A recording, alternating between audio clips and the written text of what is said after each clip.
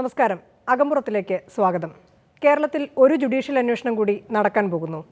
ഇതുവരെ നടത്തിയ അന്വേഷണങ്ങൾക്കും കിട്ടിയ റിപ്പോർട്ടുകൾക്കുമൊക്കെ എന്ത് സംഭവിച്ചു? ഒരു അന്വേഷണം.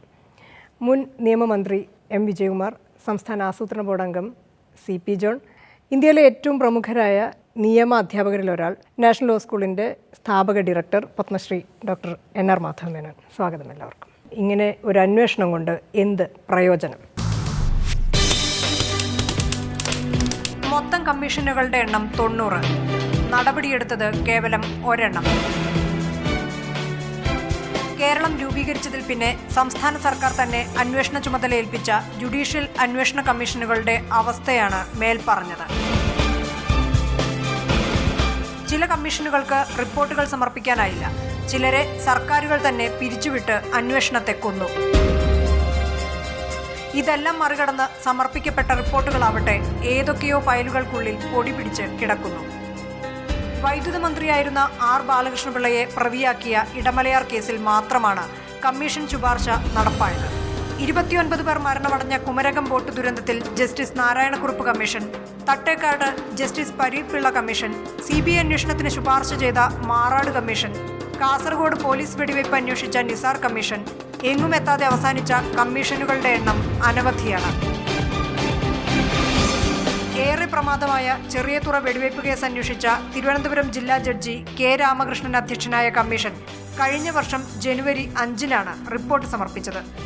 അന്വേഷണം ആവശ്യപ്പെട്ട UDF അധികാരത്തിൽ വന്നിട്ടും ഈ റിപ്പോർട്ട് നിയമസഭയുടെ മേശപ്പുറത്ത് വയ്ക്കാൻ പോലും തയ്യാറായിട്ടില്ല.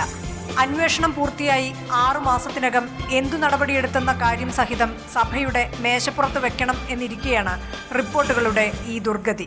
അന്ന് LDF സർക്കാർ അധികാരത്തിലിരുന്ന സമയത്താണ് ഈ സംഭവം നടന്നത്. അന്ന് ഈ കമ്മീഷൻ വേണമെന്നാവശ്യപ്പെട്ട UDF സർക്കാരാണ്. അവരുടെ കാലത്ത് വന്നിട്ട് പോലും നടപ്പാക്കാൻ കഴിഞ്ഞിട്ടില്ല.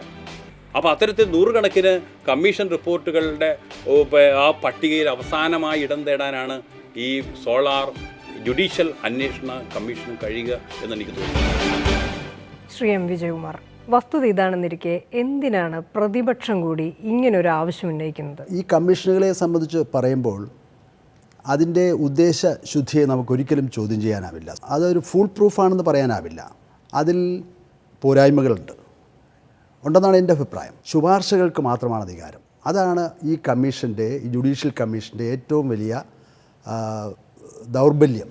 ശ്രീ M. വിജയകുമാർ, ഈ ദൗർബല്യത്തെപ്പറ്റിയും പരിമിതിയെപ്പറ്റിയും താങ്കൾ ഉൾപ്പെടെയുള്ള പ്രതിപക്ഷ നേതൃത്വം മുഴുവൻ ബോധവാന്മാരാണ്. എന്നിട്ടും എന്തിന് ഇങ്ങനെ ഒരു അന്വേഷണം ആവശ്യപ്പെടുന്നു? അല്ല, ആ പോരായ്മകൾ മാത്രമല്ലല്ലോ. വെച്ചാൽ 6 മാസത്തിനുള്ളിൽ ആക്ഷൻ ടേക്കൺ റിപ്പോർട്ടോടുകൂടി നിയമസഭയിൽ വെക്കണം.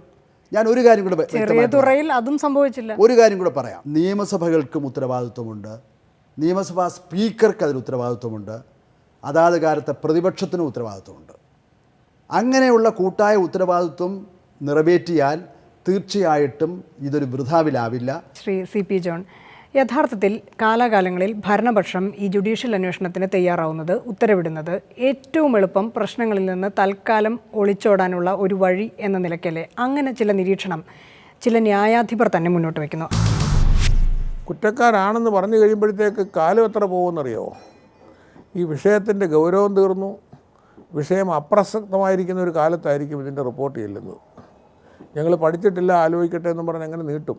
ഭൂരിപക്ഷം ജുഡീഷ്യൽ എൻക്വയറിയുടെയും കഥകൾ അതാണ്. അതിനോട് പൂർണ്ണമായിട്ട് യോജിക്കുന്നില്ല. സംഭവങ്ങളുടെ വിശദാംശങ്ങളിലേക്ക് പരസ്യ വിചാരണയാണ്.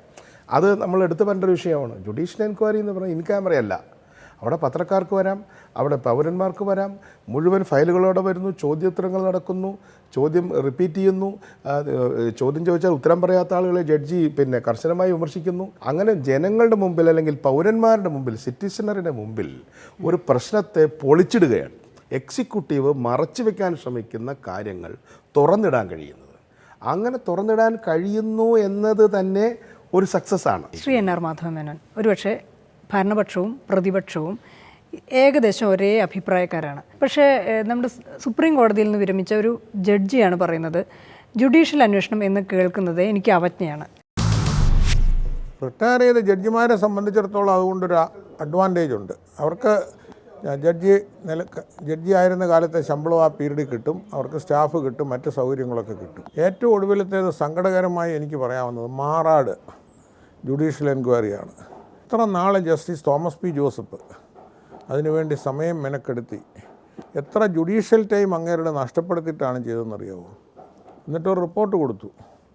എന്തുണ്ടായി? ആ റിപ്പോർട്ട് ആരെങ്കിലും വായിച്ചിട്ടുണ്ടെന്ന് എനിക്ക് തോന്നുന്നില്ല, അധികാരത്തിലിരിക്കുന്നവർ.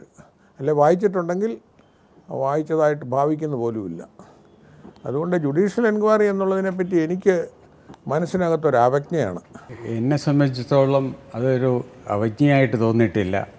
ഉദ്ദേശം ശിക്ഷിക്കപ്പെടുകയല്ല, പക്ഷേ വാസ്തവങ്ങൾ വെളിയിൽ കൊണ്ടുവരിക, അതിന് കമ്മീഷൻ ഓഫ് എൻക്വയറി വളരെ ഉപകാരം ചെയ്യുന്നതാണ്. ഏത് തരത്തിൽ വേണം, അതിൻ്റെ ടേംസ് ഓഫ് റെഫറൻസ് എന്തായിരിക്കണം, അതനുസരിച്ചായിരിക്കും അതിൻ്റെ എഫക്റ്റീവ്നെസ്സും ഫോളോ അപ്പ് ആക്ഷനും. മാത്രമല്ല, സിറ്റിംഗ് ജഡ്ജി അല്ലാതെ വിരമിച്ച ന്യായാധിപർ നടത്തുന്ന ജുഡീഷ്യൽ അന്വേഷണത്തെ പറ്റി വേറെയും ചില പരാതികളുണ്ട്. കെ കരുണാകരൻ മുഖ്യമന്ത്രി ആയിരുന്ന കാലത്ത് സ്ഥിരമായിട്ട് 3 ജഡ്ജിമാരെയാണ് അദ്ദേഹം ഈ ജുഡീഷ്യൽ അന്വേഷണം നടത്തുന്നതിന് വേണ്ടിയിട്ട് ആശ്രയിച്ചുകൊണ്ടിരുന്നത്. ജസ്റ്റിസ് ജോർജ് വടക്കൻ, അതുപോലെ തന്നെ ജസ്റ്റിസ് നാരായണപിള്ള, ജസ്റ്റിസ് പി ജാനകം. ഇവർ 3 പേരും ഏറെക്കുറെ കരുണാകരൻ ആഗ്രഹിക്കുന്നതിലുള്ള റിപ്പോർട്ടുകൾ തന്നെയാണ് എഴുതി കൊടുത്തത്. എന്ന് കരുതി ഇടതുപക്ഷക്കാരെ അതിനേക്കാളും മേന്മയുള്ളവരോടൊന്നും കരുതേണ്ട ആവശ്യമില്ല. ഇടതുപക്ഷ സർക്കാർ ഭരിക്കുമ്പോഴൊക്കെ സ്ഥിരമായിട്ട് ജസ്റ്റിസ് നാരായണൻ അല്ലെങ്കിൽ ജസ്റ്റിസ് ചന്ദ്രശേഖരൻ മേനോൻ ഇങ്ങനെയുള്ള ആളുകളെയാണ് അന്വേഷണ കമ്മീഷനായിട്ട് നിയോഗിച്ചത്.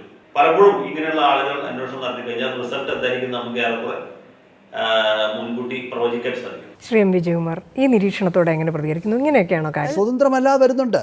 അതാണ് അത് കൊണ്ടുവരുന്നവരുടെ ഉദ്ദേശശുദ്ധിയെയാണ് ഞാൻ ചോദ്യം ചെയ്യുന്നത്. കൊണ്ടുവരുന്നത് ആത്മാർത്ഥമായിട്ടായിരിക്കണം. LDF എല്ലാ കാലത്തും ചില പ്രത്യേക ജഡ്ജിമാരെ തിരഞ്ഞെടുക്കുന്നു, UDF അതുപോലെ. അത് ശ്രീ ജയശങ്കർ ഇത് ജുഡീഷ്യൽ എൻക്വയറികളെ സംബന്ധിച്ച് അതിൻ്റെ മുക്കുമൂലയും വെച്ചുകൊണ്ടൊക്കെ പറയുകയാണ്. ചില കാര്യങ്ങൾ ശരിയാണ്. ഒന്നിലധികം കമ്മീഷൻ, നരേന്ദ്രൻ കമ്മീഷൻ ഒന്നിലധികം വന്നിട്ടുണ്ട്. എല്ലാം നരേന്ദ്രൻ കമ്മീഷനാണോ? അല്ല. ഇപ്പോൾ ഞാൻ ഒരുപാട് സമയം പ്രതികരിച്ചൊരു വിഷയമുണ്ട്. കേരളത്തിൻ്റെ ചരിത്രത്തിൽ ആദ്യമായിട്ട് ഒരു ജുഡീഷ്യൽ കമ്മീഷനെ പിരിച്ചുവിട്ടു. ഒരിക്കലും ഒരു സർക്കാർ ചെയ്യാൻ പാടില്ല. UDF സർക്കാർ അധികാരത്തിൽ വന്നപ്പോഴുള്ള ഒരു കമ്മീഷനാണ്, വളരെ ഗൗരവമുള്ള കമ്മീഷൻ, കമ്മ്യൂണലായിട്ട്. ആ കമ്മീഷന് 6 മാസത്തെ കാലാവധി നീട്ടിക്കൊടുക്കുകയാണ്. എന്നാൽ അപ്പം ഒഴിവാക്കണ്ടേ? 6 മാസത്തെ കാലാവധി നീട്ടിക്കൊടുത്തതിൻ്റെ പ്രവർത്തനം ഫലപ്രദമായി മുന്നോട്ട് പോകുമ്പോൾ ആ കമ്മീഷനെ നാടകീയമായി പിരിച്ചുവിട്ടത് ഒരു ഭരണത്തിനും ജുഡീഷ്യറിക്കും അപമാനകരമായ കാര്യമാണ്. ഒരിക്കലും ചെയ്യാൻ പാടില്ല. കമ്മീഷൻ എന്തോ തീരുമാനിക്കട്ടെ, അത് അംഗീകരിക്കുകയോ ഉൾക്കൊള്ളുകയോ തള്ളുകയോ ഒക്കെ ചെയ്യാമല്ലോ. അതൊക്കെ അല്ലേ കീഴ്വഴക്കം. അല്ലാതെ ഒരു കമ്മീഷനെ തന്നെ പിരിച്ചുവിടുക എന്ന് പറയുന്ന സംഭവം വരെ ഈ കേരളത്തിൽ ഉണ്ടായി. ജസ്റ്റിസ് മോഹൻകുമാറിന്റെ റിപ്പോർട്ട് ഈ പറഞ്ഞ പോലെ വളരെ വിചിത്രമായിരുന്നു. റിപ്പോർട്ട് വരുന്ന സമയത്ത് അദ്ദേഹം ഏതാണ്ട് റിട്ടയർ ചെയ്യുമായിരുന്നു. അതുകൊണ്ട് അതിൽപ്പെട്ട കോൺഗ്രസ് നേതാക്കളെ എല്ലാവരും ഒഴിവാക്കി, മാർക്സിസ്റ്റ് നേതാക്കളെയും CPI നേതാക്കളെ എല്ലാവരും കുറ്റപ്പെടുത്തിക്കൊണ്ടുള്ള റിപ്പോർട്ടാണ് അദ്ദേഹം. അതിന്റെ പ്രത്യുപകാരമായിട്ട് അദ്ദേഹത്തെ മനുഷ്യാവകാശ കമ്മീഷന്റെ ആക്ടിംഗ് ചെയർമാനായിട്ട് നിയമിച്ചു എന്നാണ് ചരിത്രം. അപ്പോൾ ഈ ജഡ്ജിമാർ നടത്തുന്ന അന്വേഷണങ്ങളും അതിന് കിട്ടുന്ന പ്രതിഫലവും എല്ലാം കൂട്ടി വായിക്കുമ്പോൾ ഇതിന്റെ നിരർത്ഥകതയെക്കുറിച്ച് പിന്നെ കൂടുതലായിട്ട് നമുക്ക് സംശയിക്കാനൊന്നും തന്നെയില്ല. ജുഡീഷ്യറിക്ക് ഒരുപാട് പരിമിതികളില്ലേ? ജുഡീഷ്യറിക്കുള്ള പരിമിതികളെല്ലാം ജുഡീഷ്യൽ അന്വേഷണത്തിന് ഉണ്ടെന്ന് മനസ്സിലാക്കിക്കൊള്ളണം.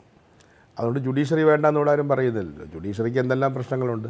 പക്ഷേ ഇന്ത്യൻ ജുഡീഷ്യറിക്ക് ഒരു പ്രധാനപ്പെട്ട ഒരു കാര്യമുണ്ട്. അതിൻ്റെ ഒരു തത്വം, ഇപ്പോൾ error of judgment is not a crime. ഇപ്പോൾ ഒരു ജഡ്ജ് തെറ്റായിട്ടൊരാളെ തൂക്കിക്കൊല്ലാൻ വിധിച്ചാൽ പോലും ആ ജഡ്ജിന് അതിൻ്റെ പേരിൽ ശിക്ഷിക്കാനുള്ള വകുപ്പില്ല, അപ്പീൽ കൊടുക്കാനേ പറ്റുള്ളൂ. അപ്പം നമ്മുടെ ജുഡീഷ്യറിയുടെയും ജുഡീഷ്യൽ സിസ്റ്റത്തിൻ്റെയും മഹനീയതയെ ഇകഴ്ത്തി കാണിക്കുന്ന നടപടികളിലേക്ക് നമ്മളാരും അങ്ങനെ ചെന്ന് ചാടരുത്.